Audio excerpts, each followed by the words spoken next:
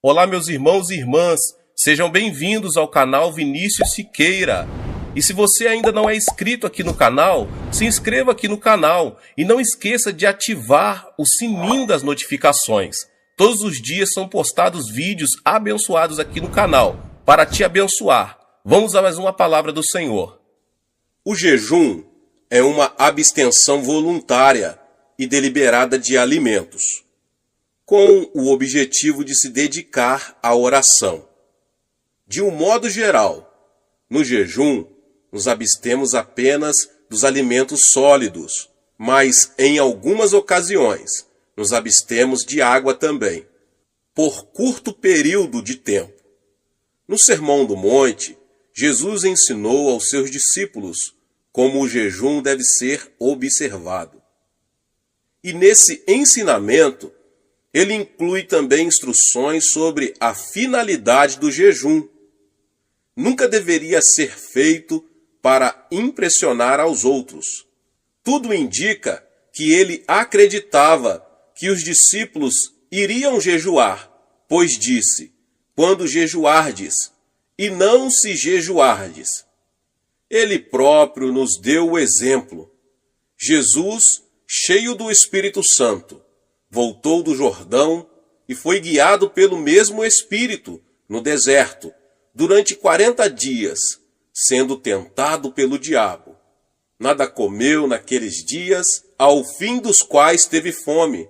Lucas 4, 1 e 2. Após esse jejum, Lucas registra que Jesus, no poder do Espírito, regressou para a Galiléia.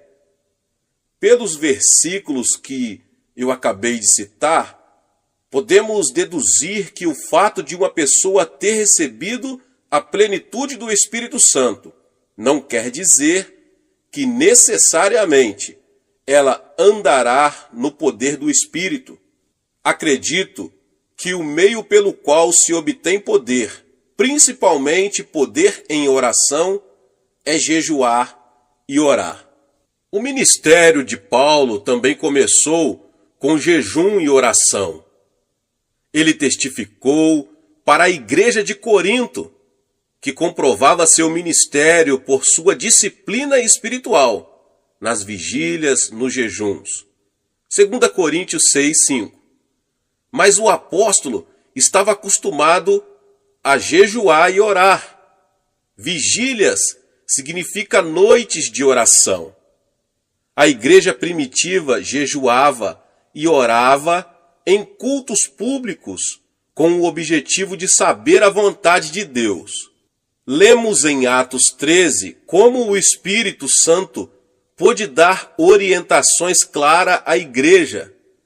Havia na igreja de Antioquia profetas e mestres: Barnabé, Simeão, por nome de Níger, Lúcio de Cirene, Manaém, Colasso de Herodes, o tetrarca, e Saulo. E servindo eles ao Senhor e jejuando, disse o Espírito Santo: separai-me agora Barnabé e Saulo para a obra a que os tenho chamado. Então, jejuando e orando, os despediram, e aqueles dois apóstolos, Barnabé e Paulo, fundaram novas igrejas, ensinaram aos crentes a mesma prática de jejuar e orar, que haviam aprendido em Antioquia.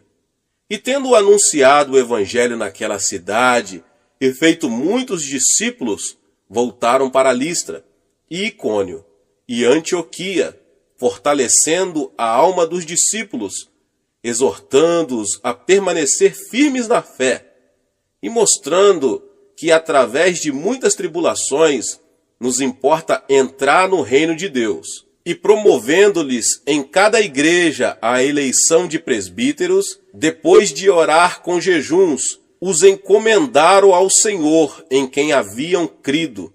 Atos 14, 21 ao 23. Este verso mostra que o jejum e a oração eram elementos vitais para a obtenção de orientação do Espírito Santo, antes de se ordenarem os líderes da igreja. O jejum associado à oração predispunha a igreja primitiva para ter clareza de mente e espírito, a fim de estabelecer seus fundamentos. Mas jejum e oração não apenas favorecem a clareza de mente e espírito, trazendo até nós a voz do Espírito Santo e sua orientação. Eles são importantes também para obtermos vitórias nos campos espiritual e material. Nós vamos ver um exemplo disso no Antigo Testamento. Josafá, rei de Judá, recebeu a informação de que havia um exército inimigo que se agrupava para atacar seu país. Era um exército composto de homens de Moabe e Amon, que se aproximava das fronteiras de Judá. Nós que moramos na Coreia do Sul, sabemos o que é ver um exército entrincheirado junto à nossa fronteira. Em vez de entrar em luta, pois não tinham armamentos, o rei resolveu usar os recursos espirituais. Proclamou um jejum nacional. E todo o povo se reuniu, homens e mulheres, meninos e meninas, e jejuaram e buscaram ao Senhor, pedindo sua intervenção. E o resultado disso foi que Deus conquistou uma gloriosa vitória. O Senhor orientou o rei, mostrando-lhe como deveria lutar contra o inimigo. Tenho certeza de que nunca houve uma batalha como aquela. Josafá designou alguns homens para louvarem o Senhor diante do exército. Quando o inimigo viu aquilo, houve uma grande confusão em seu acampamento. Os homens puseram-se a lutar uns contra os outros. E os israelitas, depois, levaram 3 dias recolhendo os despojos da batalha, já que Deus lhes dera vitória, sem que precisassem recorrer aos armamentos. Isso está em 2 Crônicas 20. Quando começamos a jejuar, temos que assumir a atitude mental correta. Não podemos ver o jejum como uma autopunição, apesar de que, a princípio, nosso corpo possa reclamar.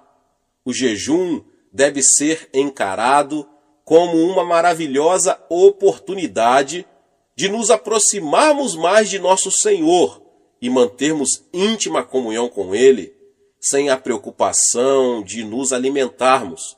Devemos ver o jejum também como um meio pelo qual nossa oração se torna mais objetiva.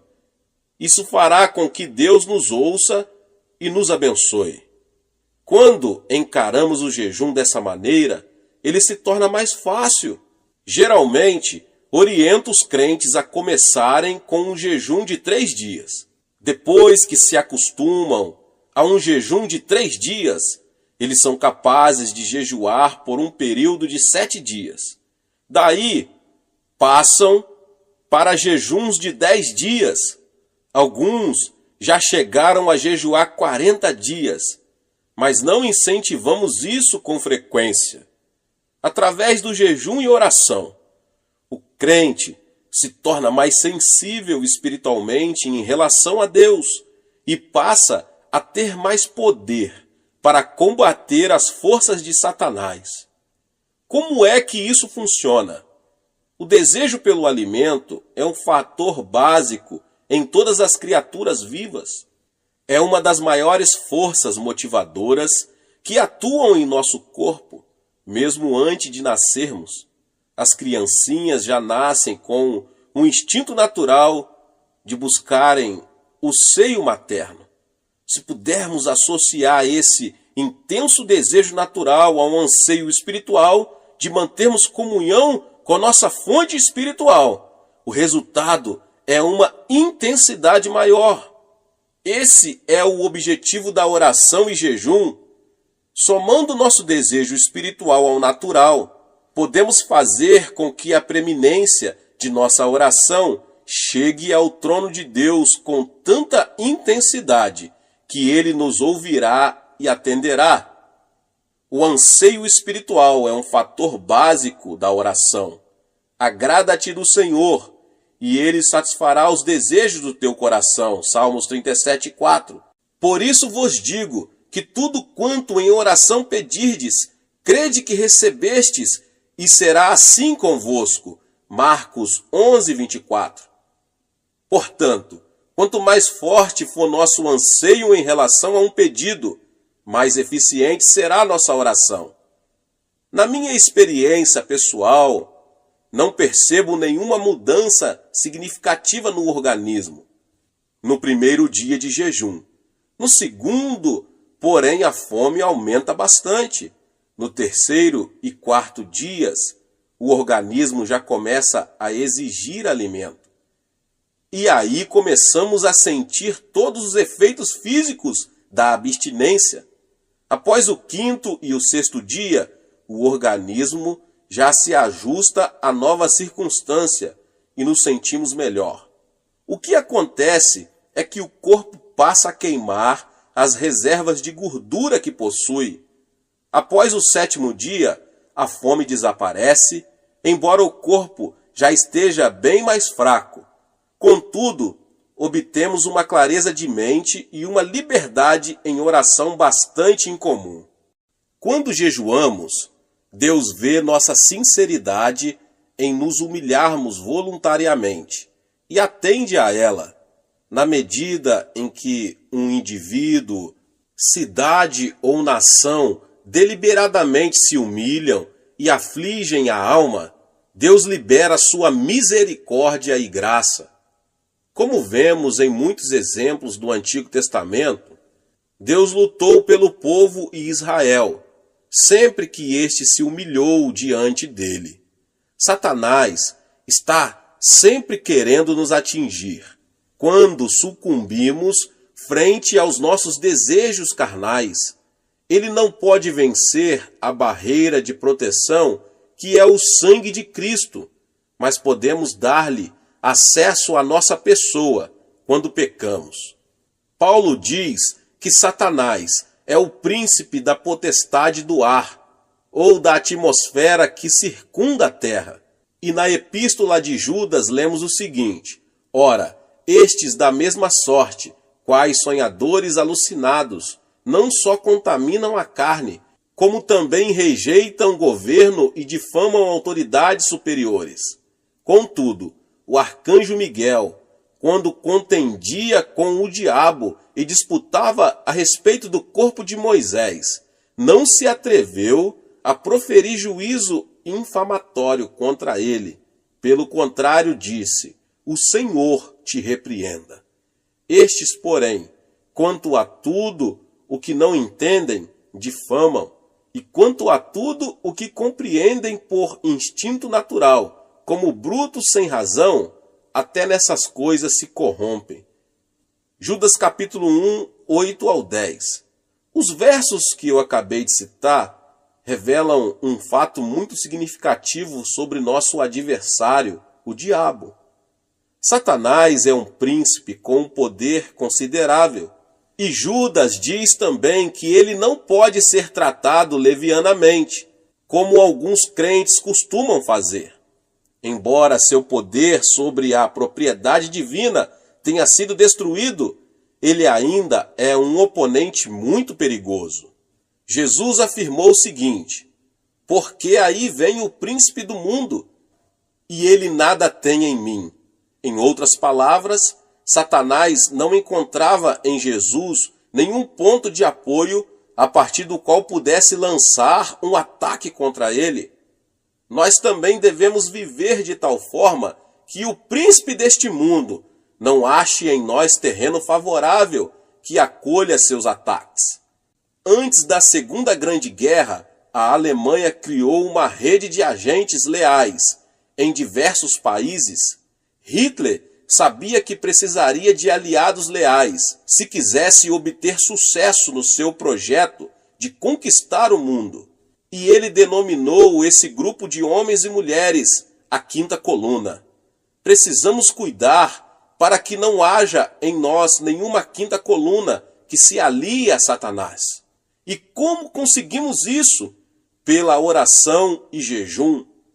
Pela oração e jejum, podemos concentrar o poder da oração, dirigindo-o contra nossas concupiscências, a cobiça da carne, a cobiça dos olhos e a soberba da vida. Assim poderemos ter uma vida santa e pura diante de Deus. Pela oração e jejum, podemos ver destruída essa cabeça de ponta de Satanás, a que me referi com a quinta coluna. Então, quando vier o príncipe deste mundo, não achará lugar em nós.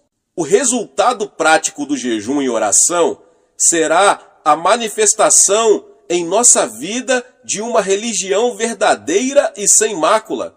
Porventura, não é este o jejum que escolhi? Que soltes as ligaduras da impiedade, desfaça as ataduras da servidão, deixes livres os oprimidos e despedaces todo o jugo? Porventura, não é também que repartas o teu pão com o faminto e recolhas em casa os pobres desabrigados, e se vires o nu, o cubras, e não te escondas do teu semelhante? Isaías 58, 6 e 7. O jejum pode romper as ligaduras da impiedade, libertar os oprimidos e produzir completa e total libertação. Temos aí a ordem de despedaçar todo jugo. Quando vemos outros sob pesado jugo, ou nós mesmos nos sentimos subjugados, podemos desfazer o jugo com jejuns e orações, quer sejam problemas de saúde, de relacionamento na família ou nos negócios, eles podem ser removidos. Como eu já ensinei, já preguei, o Monte da Oração é um local dedicado ao jejum e à oração. Não tem por objetivo sanar os problemas apenas dos que ali se encontram. Ali intercedemos também por milhares de pessoas que escrevem para nossos escritórios em Nova York. Depois que os pedidos de oração que nos chegam diariamente saem da minha mesa e são apresentados para oração em nossa igreja, são enviados ao Monte da Oração. Cada intercessor recebe um pedido que a essa altura já foi trazido para o coreano, e essa pessoa ora e jejua até sentir em seu coração o testemunho do Senhor de que ele já ouviu e a resposta já está sendo enviada. Jejuando, nossos intercessores se tornam sensivelmente mais conscientes da importância do pedido. Assim, eles podem visualizar o problema pelo qual oram, bem como a resposta. Recebemos muitos testemunhos a respeito de orações atendidas, e são tantos que eu falaria por muito tempo, por muitas horas, vários e vários testemunhos. O fato é que já aprendemos que Deus atende às petições acompanhadas de jejum. De todas as partes do mundo chegam pessoas para jejuar e orar aqui no Monte da Oração, em busca de um milagre, aqui em minha igreja na Coreia. Alguns anos atrás, veio aqui uma pessoa que sofrera uma paralisia infantil. Ela ouvira falar dos milagres que ali ocorreram e tomou a firme determinação de vir, sem se preocupar com as dificuldades físicas que a viagem traria para ela. Após uma viagem de 5 dias de navio, ela chegou ao porto e ali foi recebida por um dos membros de nossa igreja, que a ajudou a pegar o trem. E essa pessoa, uma jovem de 23 anos, chegou com a esperança de voltar a caminhar. Sob o ponto de vista das circunstâncias naturais, isso era impossível, meus irmãos e irmãs. Ela ficara aleijada aos 3 anos de idade. Mas com Deus todas as coisas são possíveis, glória a Deus. Assim que chegou, ela começou a edificar sua fé pela leitura da palavra de Deus, procurando ali todas as suas promessas. Como estava com a intenção de ficar aqui 3 meses, separou 2 dias da semana para jejuar. Durante o tempo que passou aqui, ficou muito impressionada com os testemunhos e cada vez que ouvia alguém dando testemunhos do poder miraculoso de Deus, sua fé aumentava. Passou-se um mês e não havia o menor sinal de cura. Suas pernas ainda estavam deformadas pela paralisia, com que já estava tão acostumada a conviver. No segundo mês, ela se sentiu renovada no espírito e na alma, mas o corpo ainda não havia sofrido nenhuma transformação. Mas durante o terceiro mês, começou a ocorrer um fato estranho. Ela começou, depois de muitos anos sem nenhuma sensação, a tê-la nas pernas. Na esperança de ver ali o milagre, ela gritou: "Ajudem-me a levantar-me! Por favor, alguém me ajude a me pôr de pé. Sinto que já estou curada." Vendo suas lágrimas e percebendo como estava emocionada, alguns membros de nossa igreja alegremente vieram segurá-la pelos braços e a colocaram de pé. Contudo, ela ainda estava sem força nas pernas para firmar, embora já tivesse o sangue circulando por suas artérias e veias.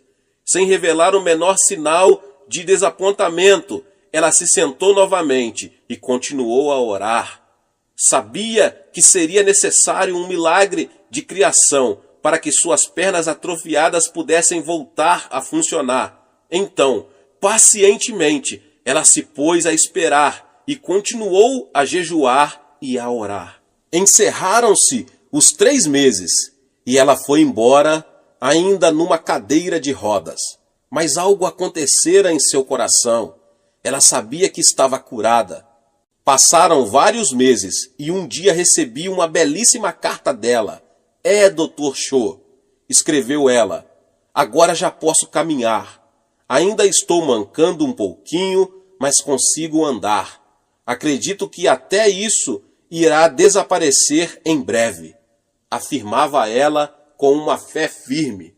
Esse é apenas um dos muitos milagres que aconteceram no Monte da Oração. Mas isso quer dizer que todas as pessoas que orarem e jejuarem no Monte da Oração ficarão curadas? Evidentemente, a cura não é tão simples assim. Algumas pessoas são curadas imediatamente, enquanto outras levam algum tempo para isso. Mas já descobri que quando uma pessoa tem grande dificuldade para ser curada, muitas vezes está abrigando rancor no coração. Porque se perdoardes aos homens as suas ofensas, também vosso Pai Celeste vos perdoará. Se, porém, não perdoardes aos homens as suas ofensas, tampouco vosso Pai vos perdoará as vossas ofensas. Mateus 6, 14 e 15.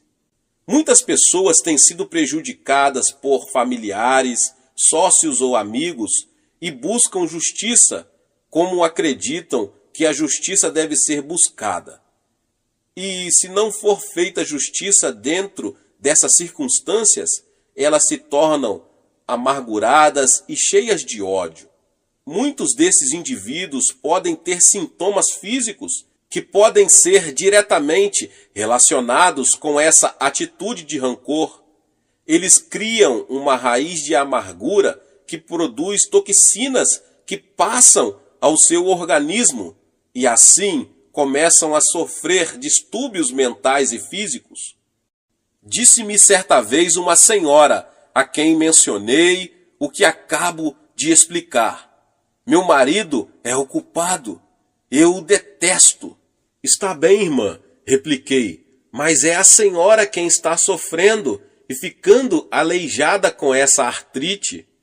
Quando somos prejudicados de uma forma ou de outra, temos que perdoar. Mesmo que nosso ofensor não nos peça perdão, precisamos perdoar-lhe.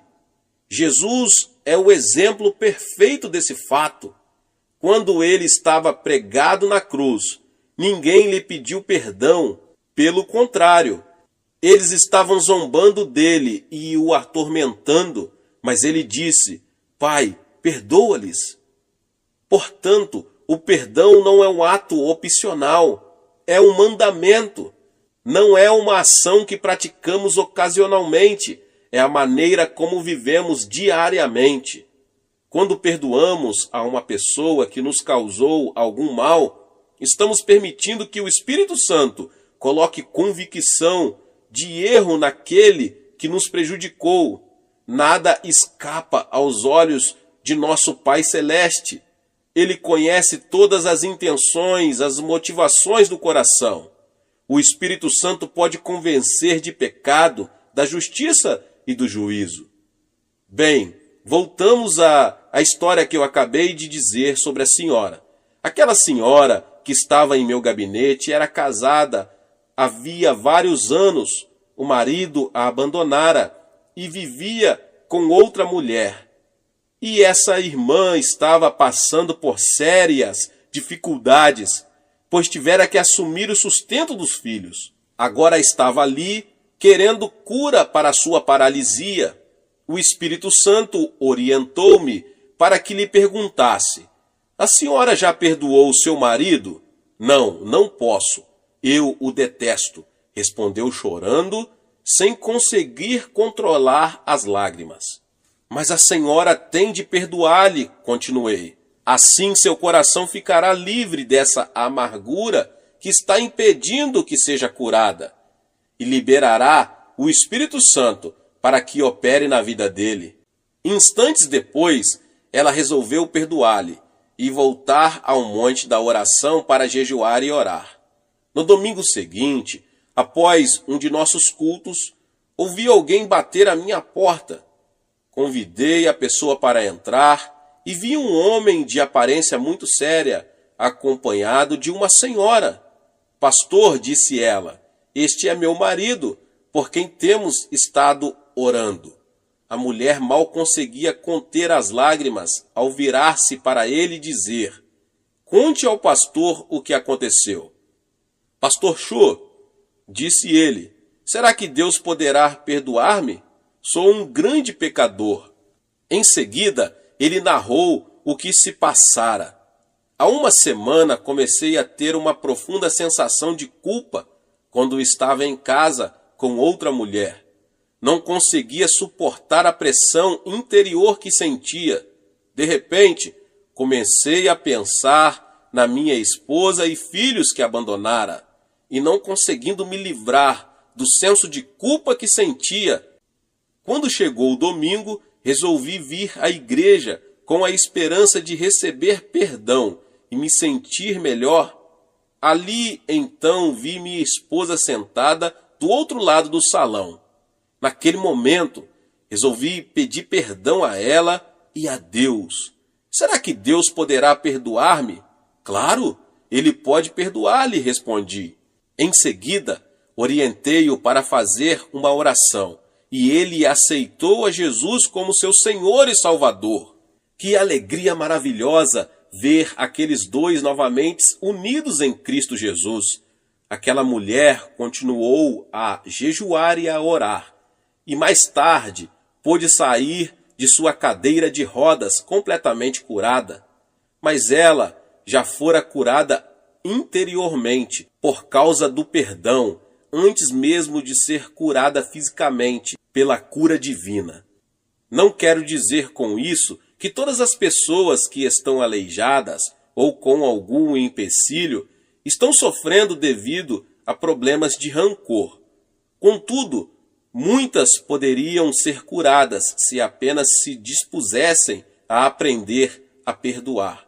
Se você que ouve essa palavra e tem dificuldade em perdoar alguém, não deixe que seu orgulho tome conta da situação e impeça que você obedeça a palavra de Deus. Tome logo a decisão de caminhar a segunda milha e abandone sua atitude de autoafirmação, perdoando aquela pessoa. Aí então experimentará uma grande libertação e ficará livre das sensações de hostilidade para com o outro e se sentirá muito melhor. Deus resiste aos soberbos, mas concede graça aos humildes. Portanto, se percebe que não está gozando da graça de Deus com abundância em sua vida, pode ser que esteja se firmando mais em seu orgulho do que na graça do Senhor. O que você ganharia com isso? Apenas amargura, ressentimento e talvez enfermidade. A palavra de Deus diz em Tiago 5, 15 e 16: E a oração da fé salvará o enfermo, e o Senhor o levantará. E se houver cometido pecados, ser-lhe-ão perdoados. Confessai, pois, os vossos pecados uns aos outros, e orai uns pelos outros, para serdes curados. Hoje em dia, os psicólogos, médicos e psiquiatras afirmam que a atitude mental de seus pacientes tem um peso muito grande na cura deles. Essa é a hora em que a igreja, o corpo de Jesus Cristo, deve ser curada. A atitude de Deus está explícita na terceira carta de João. Amado, acima de tudo faço votos por sua prosperidade e saúde, assim como é próspera a sua alma. O segredo para obter prosperidade espiritual e material está relacionado com a prosperidade da alma, obtida pelo perdão.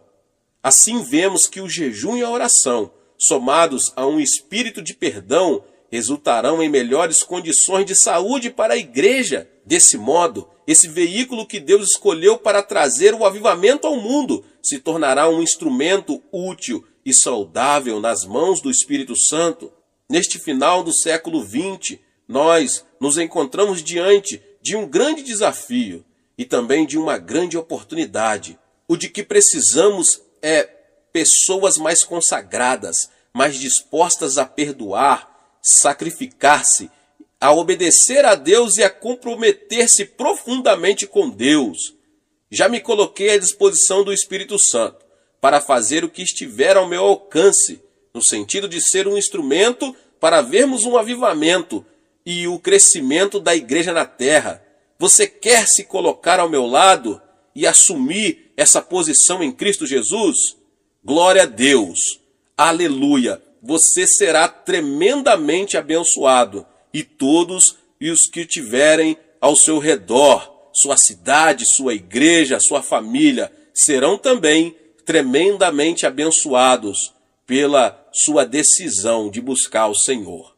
Aleluia! Deus abençoe a sua vida, glória a Deus. Se você chegou aqui pela primeira vez e ainda não é inscrito no canal, se inscreva no canal, ative o sininho das notificações para você não perder todos os vídeos que são postados aqui no canal. Deixe também o seu like e não esqueça de compartilhar com mais pessoas esta palavra. Nos vemos nos próximos vídeos. Amém! Tornar-se cristão é algo mais que unir-se a uma igreja cristã. É muito mais do que simplesmente frequentar a igreja e receber o batismo em água. Ensina-nos a Bíblia que tornar-se cristão significa somente receber a vida eterna. Muitas pessoas têm um conceito errado a respeito do significado da vida eterna. Imaginam que vida eterna significa que vão viver por toda a eternidade no céu. Na verdade, a alma não morre, pelo que até o pecador viverá por toda a eternidade no inferno. Portanto, veja bem, aceitar a Jesus Cristo não significa apenas viver na eternidade. A palavra grega para a vida eterna é zoeaionion, que significa o tipo de vida de Deus. Você e eu temos a vida humana, que foi amaldiçoada por Deus com a pena de morte. Mas quando fomos a Cristo, nossos pecados foram perdoados, fomos purificados e o Espírito Santo veio morar em nós, trazendo às nossas almas a vida de Deus. Jesus Cristo é a vida de Deus. Quando Ele vem à sua alma, você passa a ter a vida eterna, a vida de Deus. Muitos pensam que os verdadeiros cristãos não são diferentes dos pecadores, mas há uma tremenda diferença. Os crentes são tão diferentes dos incrédulos, como o céu é diferente da terra, porque os verdadeiros cristãos têm a vida de Deus em seu coração. Se você tiver a vida de Deus em você, irá para o céu, e viverá ao lado de Deus, pois a vida de Deus estará vivendo em você a partir de agora mesmo, a partir do momento em que você aceitar a seu Filho como seu Salvador. Disse Jesus Cristo que se alguém tem a vida de Deus em si, 5 sinais se seguirão em sua vida. Antes de subir aos céus, deixando a terra, o Senhor fez uma tremenda promessa aos seus seguidores. E estes sinais hão de seguir os que creem. Em meu nome expulsarão demônios, falarão novas línguas, pegarão em serpentes, e quando beberem alguma coisa mortífera, não lhes fará dano algum. Imporão as mãos sobre os enfermos e os curarão. Depois de o Senhor lhes ter falado, foi recebido no céu e assentou-se à destra de Deus. Então os discípulos partiram e pregaram por toda parte, cooperando com eles o Senhor e confirmando a sua palavra por meio de sinais que a acompanhavam. Disse também Jesus que os céus e a terra haviam de passar, mas suas palavras permaneceriam. A palavra de Cristo deve permanecer, e ele a confirma com sinais que a acompanham.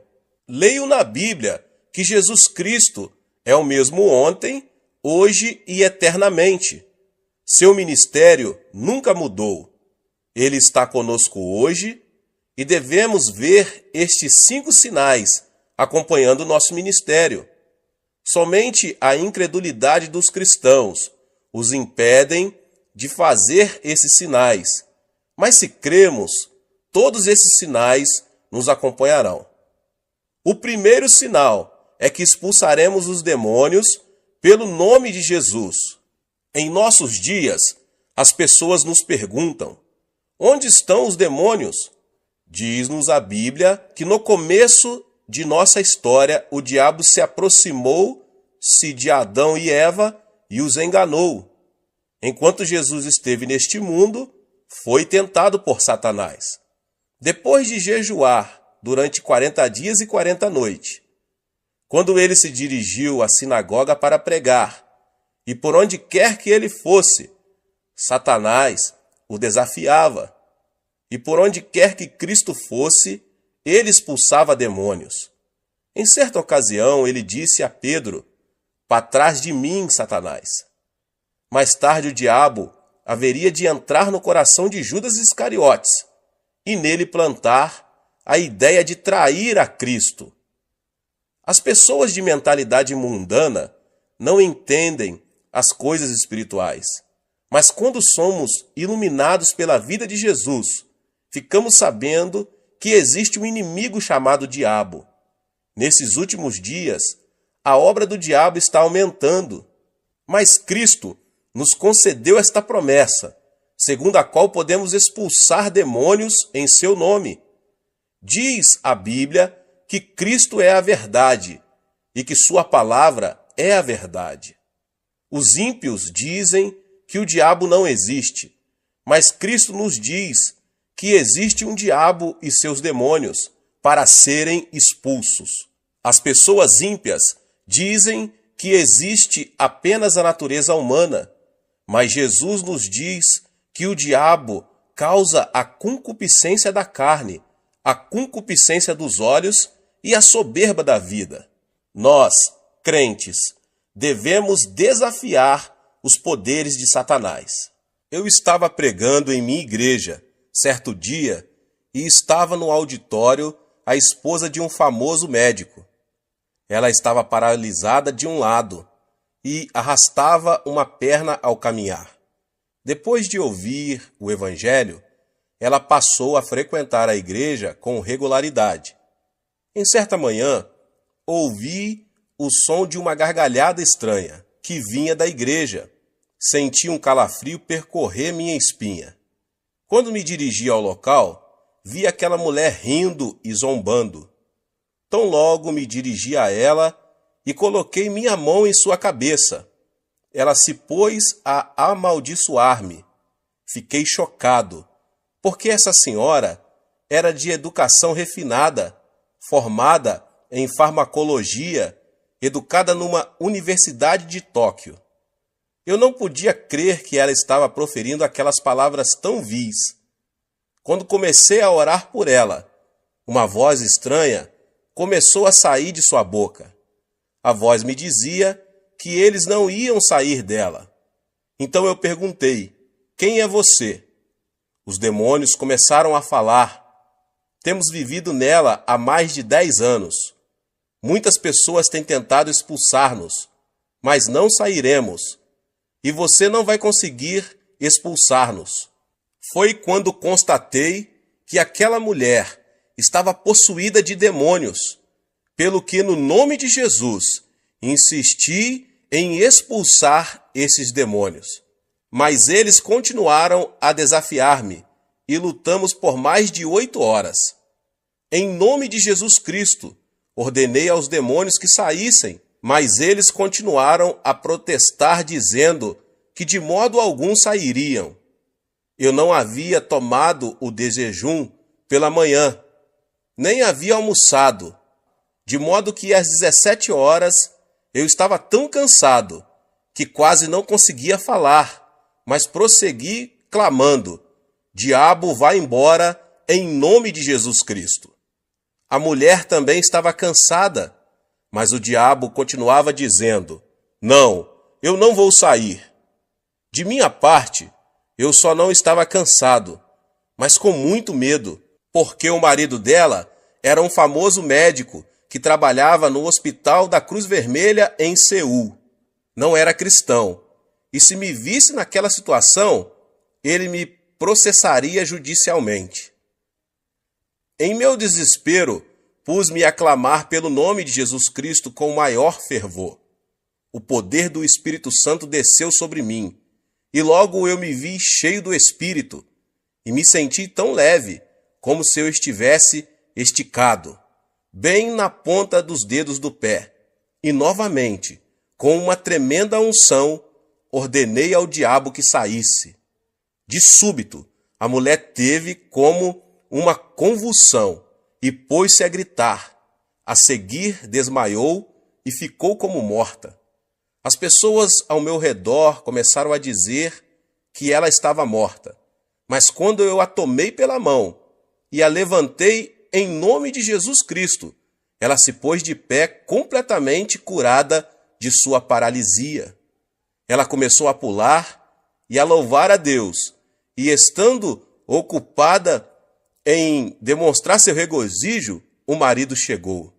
Ao ver a esposa curada, o homem se ajoelhou ali mesmo e entregou seu coração ao Senhor Jesus. Eu estive também dirigindo outra vez uma série de reuniões evangelísticas na Inglaterra. As reuniões eram feitas num teatro. As pessoas estavam endurecidas. Eu lhes pedia que gritassem aleluia, mas ninguém me atendia. Só faziam sentar-se e ficar olhando para mim, com cara de quem não estava gostando do meu sermão. De minha parte, continuei a pregar a palavra de Deus.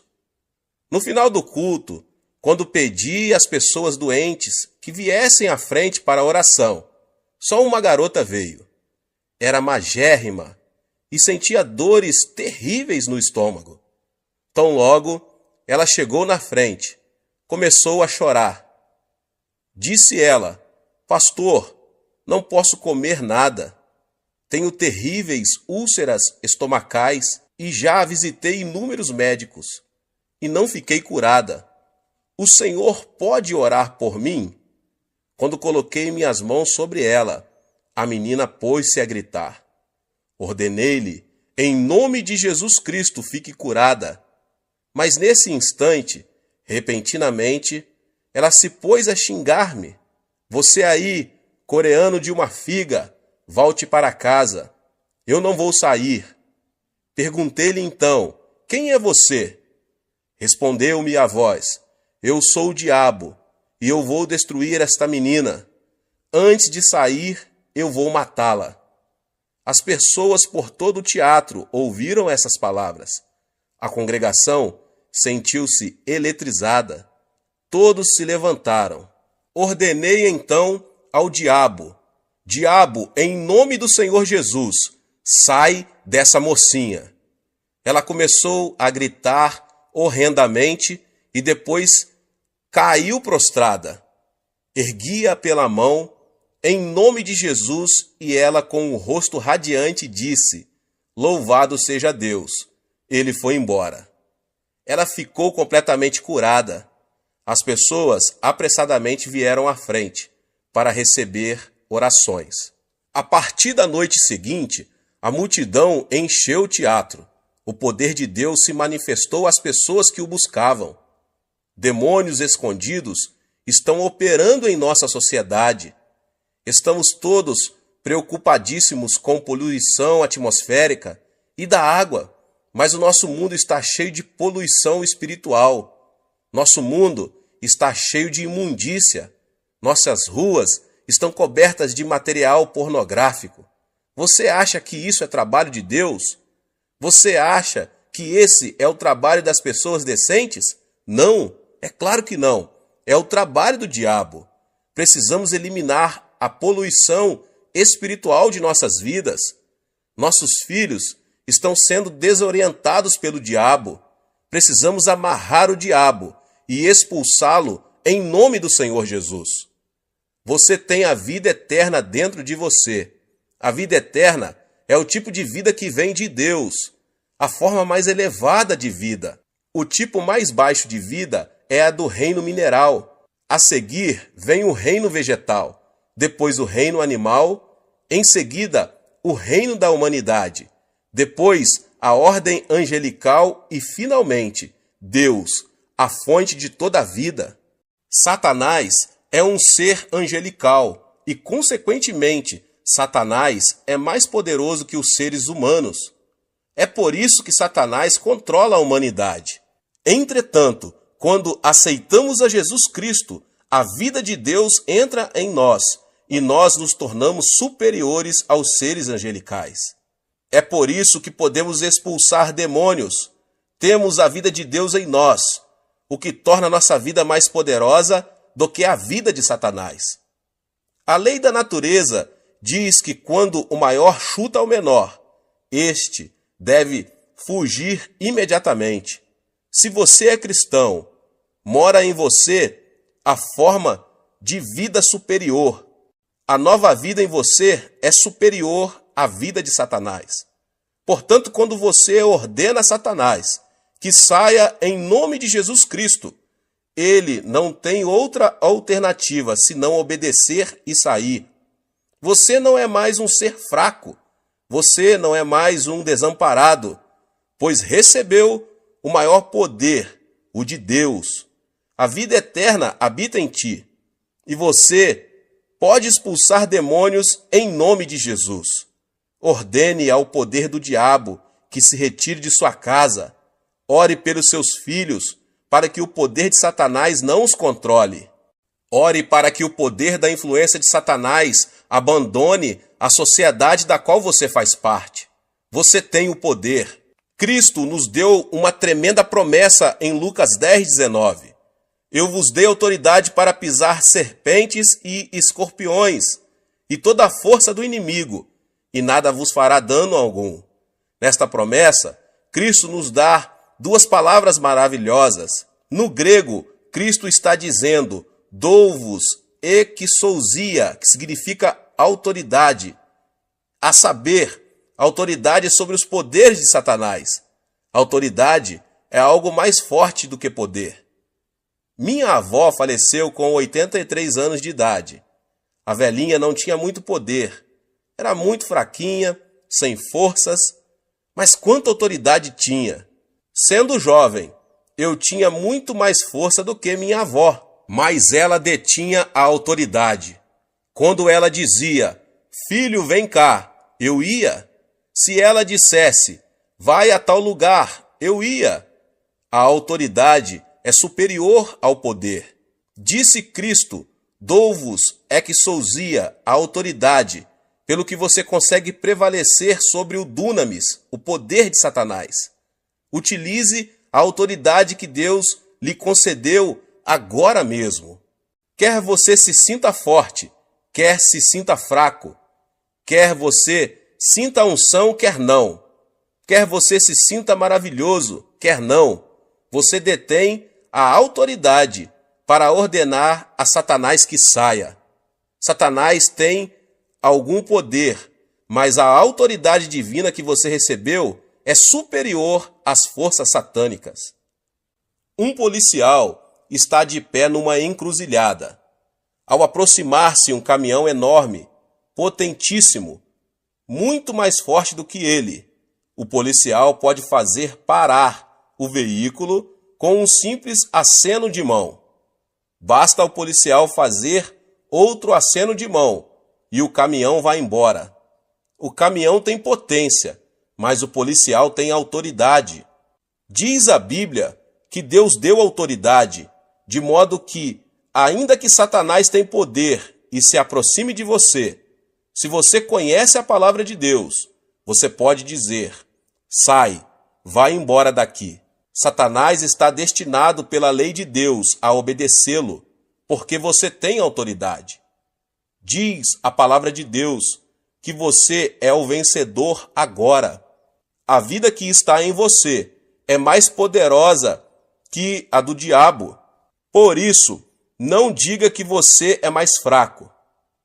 Jamais diga que você não consegue expulsar demônios, mas diga que tem tanto poder como autoridade, visto que a Bíblia assim diz: em meu nome expulsareis demônios. Certa vez eu estava no sul da Coreia e fui encontrar-me com um pastor. Eu o vi implorando e clamando em seu escritório. Quando abri a porta, vi uma mulher possuída de demônio, sentada no assoalho, enquanto o pastor implorava, dizendo: por favor, saia, por favor, saia. O diabo estava rindo dele. Disse eu ao pastor: se você apenas fizer cócegas no diabo, ele não vai sair. Devemos tratar o diabo como diabo. Você tem autoridade. Por isso, eu ordenei ao diabo: eu venho a você em nome de Jesus Cristo. Replicou-me o diabo: eu sei que você não tem poder nenhum. Ao que eu lhe retruquei: sim, eu sei que nenhum poder tenho, mas eu tenho autoridade.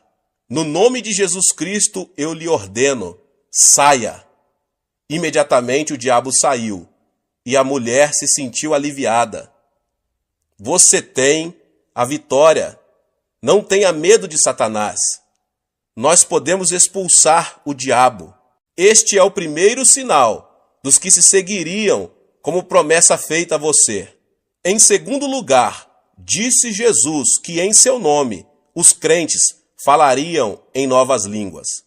Diz a Bíblia que quando os primitivos cristãos receberam o batismo no Espírito Santo, eles falaram em línguas.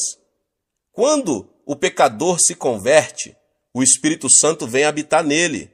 Mas quando essa pessoa recebe o batismo no Espírito Santo, o Espírito toma conta dele e flui através dele.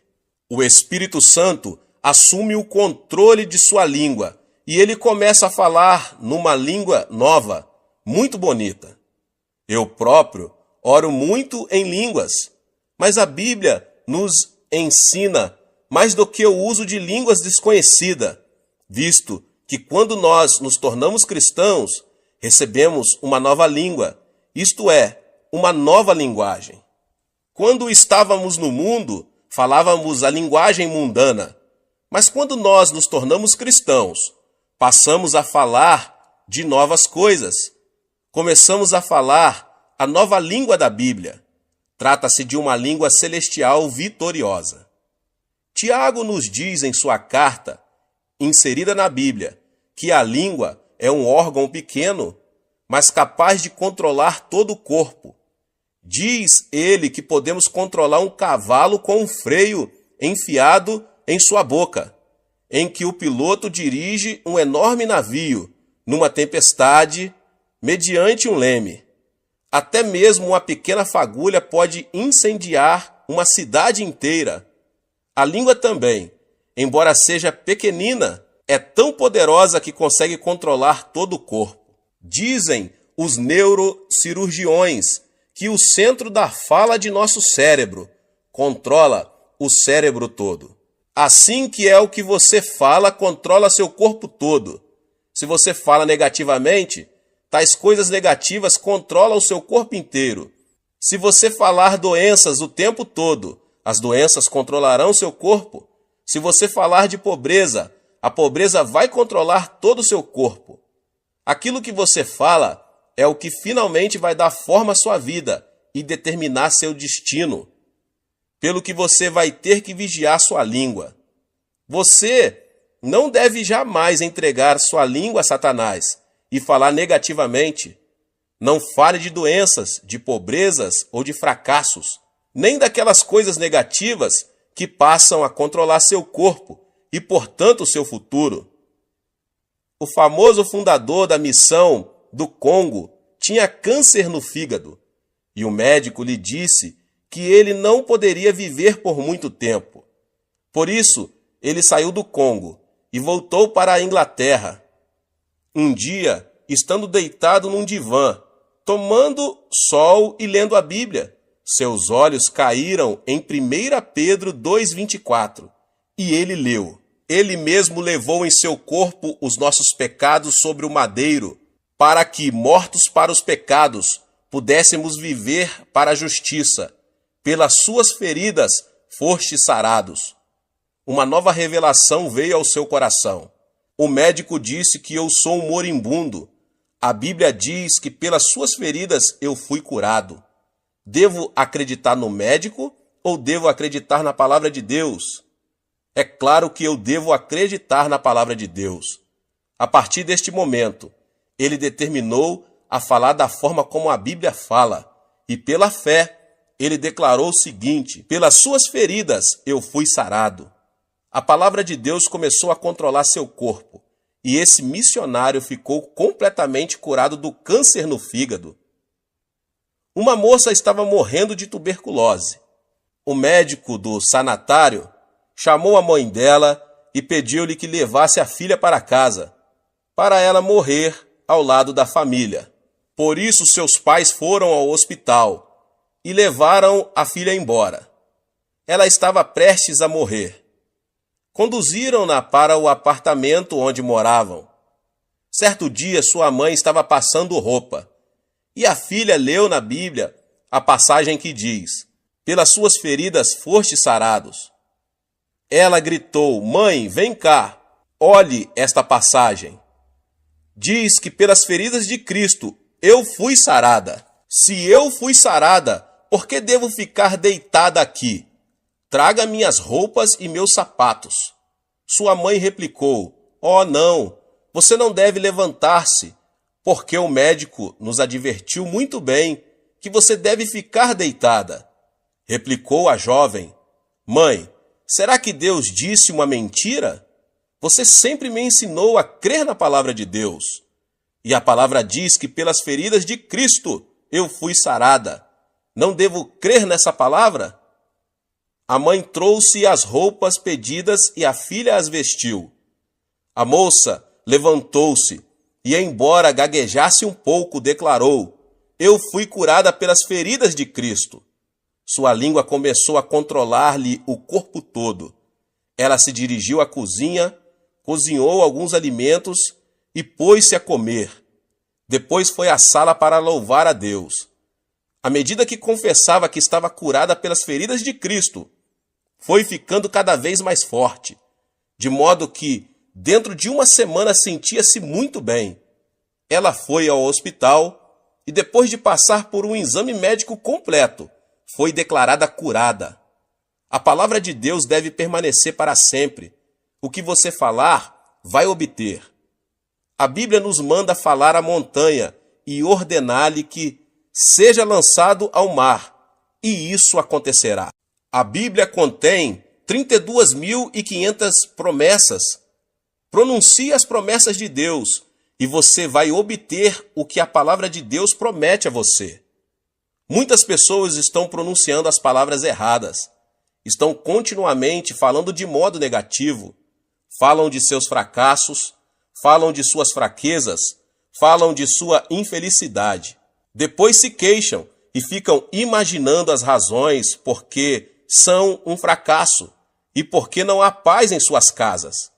Ficam imaginando por que há tantas fraquezas em seu corpo. A razão é que controlam seu corpo com a conversa errada. Fale uma língua nova, fale a língua da Bíblia. Fale de redenção, de vida eterna. Fale que você foi sarado pelas feridas do Senhor Jesus Cristo. Diga que Deus é sua força e você verá boas coisas acontecerem a você. Sim, aprenda a falar uma nova língua. Aos 18 anos de idade, eu estava morrendo de tuberculose. Eu era um fracasso em casa e não tinha dinheiro e ia muito mal nos meus estudos. Não havia esperança para mim neste mundo. Foi quando eu me tornei cristão e resolvi que falaria a linguagem da Bíblia. Falei de cura, confessei o sucesso e pronunciei palavras de abundância. Não permiti que minha língua falasse coisas negativas. Neste momento estou pastoreando uma congregação de 600 mil membros e Deus nos deu capacidade de construir uma igreja que custa cerca de 5 milhões de dólares. Também estamos enviando missionários pelo mundo todo. Quando mudei minha maneira de falar, minhas circunstâncias mudaram também. Um dia li um jornal médico coreano, um artigo muito interessante, escrito pelo diretor-geral da Associação Médica. Disse ele que muitos coreanos estavam morrendo do que ele denominava morte habitual. Disse que muitas pessoas acham que vão morrer com 50 e poucos anos, porque seus pais haviam morrido nessa idade. Por isso, ao entrar nos 50 e poucos anos, já começaram a ter tonturas e pensam que vão morrer logo. E muitas pessoas morreram nessa faixa de idade, ainda que não haja causa médica para a morte. Disse o médico que a pessoa não deve antecipar a mesma experiência de seu pai, porque esse raciocínio tem produzido muitas mortes prematuras. Eis aí, até um médico incrédulo confessa que a língua controla nosso futuro. Você pode ser vitorioso, você pode ser curado. Sim, você pode viver uma vida feliz. Comece agora mesmo a falar a palavra de Deus e mantenha o tipo correto de conversa. Ponha as palavras certas em sua boca. Fale uma nova língua. Em terceiro lugar, a Bíblia diz que os crentes pegarão em serpentes. Isso não significa que devemos andar por aí pegando em cobras. Só um louco faria isso. Serpente aqui significa Satanás. A serpente chamada Satanás chegou a Adão e Eva no jardim do Éden e seduziu-os, fazendo-os voltar-se contra Deus. Nós, seres humanos, somos feitos de corpo, alma e espírito. Mediante nossos 5 sentidos, pertencentes ao nosso corpo físico, nós nos comunicamos com o mundo. Portanto, nosso corpo é mundano. Nossa alma é nosso verdadeiro eu, nossa verdadeira personalidade. Mediante o conhecimento e as emoções, nossa alma pode tomar decisões e exercer sua vontade. Portanto, nossa alma é apenas autoconsciente. Somente mediante nosso espírito podemos comunicar-se com Deus. Através do nosso espírito conhecemos Deus e o adoramos. Essa serpente, Satanás, vem a nós, nos tenta e nos induz a viver uma vida mundana, isto é, centralizada no mundo. Quando vivemos esse tipo de vida, Satanás exerce domínio sobre nós. Mas quando vivemos uma vida centralizada em Deus, temos domínio sobre Satanás. Temos o poder de apanhar e amarrar a serpente. Podemos expulsar demônios. Quando você decide viver uma vida centralizada em Cristo, você se torna uma pessoa dirigida pelo Espírito Santo. Afirma a Bíblia que os filhos de Deus vão pegar Satanás. É fácil detectar a obra maligna. Toda e qualquer palavra que sai do ego carnal vem de Satanás, mas toda e qualquer palavra que induz você a viver uma vida centralizada em Cristo é proveniente do Espírito Santo. Agora você pode pegar em serpentes. Você consegue discernir a obra do maligno e expulsá-lo. Em quarto lugar, a Bíblia diz que se os crentes beberem alguma coisa venenosa, mortífera, não lhes fará mal algum. Certo dia, eu fui a uma cidadezinha para um culto. Veio a mim uma garotinha de 7 anos de idade. A boca da menina estava toda queimada. Era uma órfã que havia perdido seus pais quando fugiam da Coreia do Norte como refugiados. A menina estava trabalhando na casa de uma senhora muito rica e muito perversa. À noite, a menina não podia sequer ir à cozinha para beber um copo de água. Em certa noite, a menina sentiu uma sede muito grande. Ela rastejou até a cozinha e pôs-se a tatear no escuro à procura de água, sem perceber que aquela vasilha continha veneno contra ratos. Ela bebeu um gole. Embora a pobrezinha tenha começado a vomitar sangue, a patroa não a levou a um pronto-socorro médico, deixou-a de lado para que morresse. Mas essa menina era cristã e começou a clamar por Jesus Cristo, pois o Senhor a tocou. Depois de contar-me sua história, a menina abriu a boca. Viu que, embora seus lábios estivessem queimados, nenhum dano havia sido feito em sua garganta. Seu esôfago estava perfeito. A palavra de Cristo havia sido posto à prova. A menina havia bebido do veneno violento e não tinha sido prejudicada. Hoje bebemos veneno de todo tipo. O ar é poluído, a água é poluída. Pior do que isso, sofremos de poluição espiritual. Quando ouvimos rádio ou vemos TV, esse veneno penetra em nossa mente. Mais pessoas sentem-se deprimidas hoje do que em toda a história humana.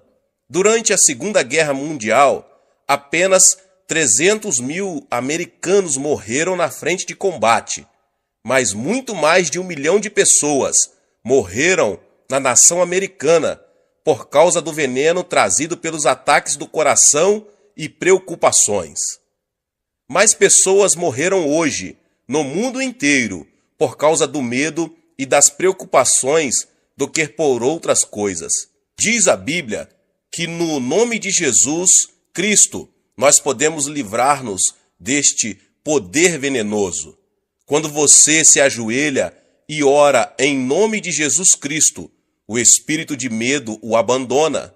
Você se livra desse veneno espiritual e passa a ter paz e alegria pelo nome de Jesus. Às vezes, quando chego em casa depois de um dia duro no escritório da igreja, sinto-me muito estranho. Minha esposa parece irritada, meus filhos parecem agitados demais e eu fico aborrecido. Parece-me que estou disposto a ter uma briga com minha mulher e que meu lar todo está envenenado. Quando eu era um cristão inexperiente, minha esposa e eu costumávamos ter discussões monumentais que duravam dias. Agora eu sei que existe um meio melhor. Eu entendo que o envenenamento provém da sociedade, pelo que eu ajoelho imediatamente e expulso o mau espírito que veio para destruir meu lar. Reivindico a vitória em nome de Jesus Cristo e logo sinto o seu imenso poder de cura fluindo por toda a casa. Então, quando olho para minha mulher, ela está sorrindo e eu começo a sorrir também. Apertamo-nos as mãos e nosso lar se torna cheio de paz. De tempos em tempos, você precisa de cura em seu lar. E Deus prometeu que você não sofrerá os efeitos do envenenamento. Basta que você invoque o nome de Jesus Cristo e reivindique a vitória, para que seu lar seja curado. Finalmente, a Bíblia diz que os crentes imporão as mãos sobre os enfermos e eles serão curados. Quando eu era menino, De vez em quando tinha umas brigas com os meus amigos. Nós nos esmurrávamos à vontade. E de vez em quando eu voltava para casa chorando. Minha mãe me dava uma boa surra, mas a seguir eu recebia o toque curativo do amor de minha mãe. Como é bom quando estamos desanimados e um bom amigo chega e toma nossa mão e nos dá umas palmadinhas nas costas.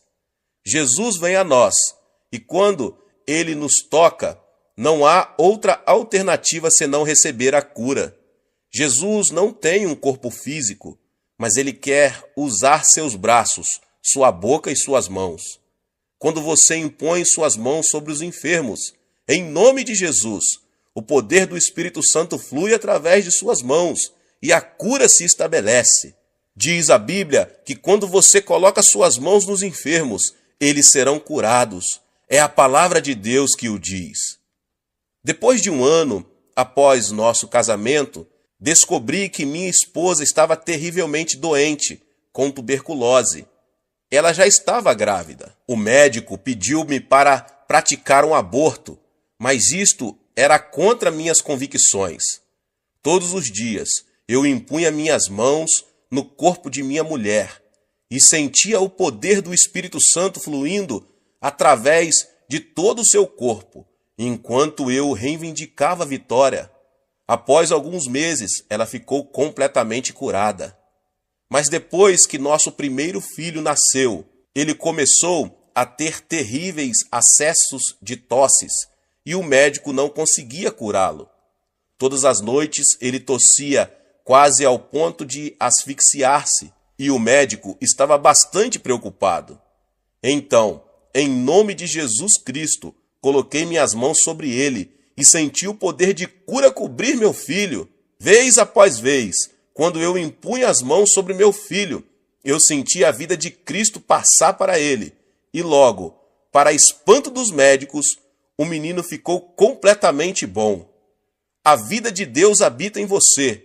O Espírito Santo mora em você. E quando você invoca o nome de Jesus Cristo, em amor e fé, e toma a mão dele, seu poder flui mediante suas mãos e os enfermos são curados. Que o poder de Deus inunde sua vida, à semelhança de um rio caudaloso. Esse é o outro privilégio da pessoa ser crente. A Bíblia diz que esses 5 sinais o acompanharão se você crer. Levante-se e tome posse da vitória. Use esses sinais para o benefício de seus vizinhos, para trazer libertação aos oprimidos, para a glória de Deus. Dê nova esperança e uma nova língua aos que estão desencorajados. Tenha discernimento na presença do diabo e expulse-o. Estes são privilégios seus como cristão, em nome de Jesus.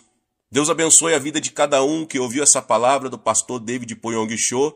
Se você não é inscrito no canal, se inscreva no canal e ative o sininho das notificações, para você não perder os vídeos que são postados aqui no canal todos os dias. Palavras de Deus para abençoar você, a sua vida, sua família. Compartilhe também com seus amigos nas suas redes sociais essa palavra, em nome de Jesus. Nos vemos nos próximos vídeos. Amém.